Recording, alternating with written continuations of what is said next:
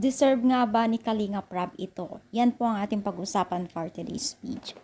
So, bago natin pagpatuloy ang ating pag-support today's video, kung bago ka pa lang sa aking channel, please subscribe po, like, and pakit na rin po natin guys ang notification bell upang ma-update po tayo tuwing ako pinag-upload patungkol sa Team Kalingap, and please support po natin ang buong Team Kalingap, lalong-lalo na po kila Kalinga Prab at Kuya Bal.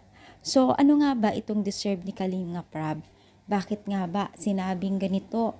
At ano nga ba ito? So, kumakailan nga po at ito nga po ay nagbahagi po sila Kalinga Prab ng sa kanyang social media account na kung saan po ay isang magandang balita dahil po ang family Matubang po ay going Hong Kong po. Yes po, kita naman po natin yung mga seat po na aeroplano po yan mga mima, papunta sila ng Hong Kong at yun po ay deserve daw po nila Kalinga Prab at Chucky na makapag-unwind naman po, makapasyal po kung saan-saan, kung saan-saan ibang bansa dahil po sa pagtulong nila ay deserve naman po daw nila ito at syempre i-relax ang kanilang sarili dahil alam naman po natin ang pagtulong ay ang hirap din po, minsan nakaka-stress po, alam naman natin na ang pagtulong ay nasa kahati po ng mga negative na tao, kung ano na lang pinagsasabi sa kanila, pero deserve po nila talaga ito dahil po wala naman pong ibang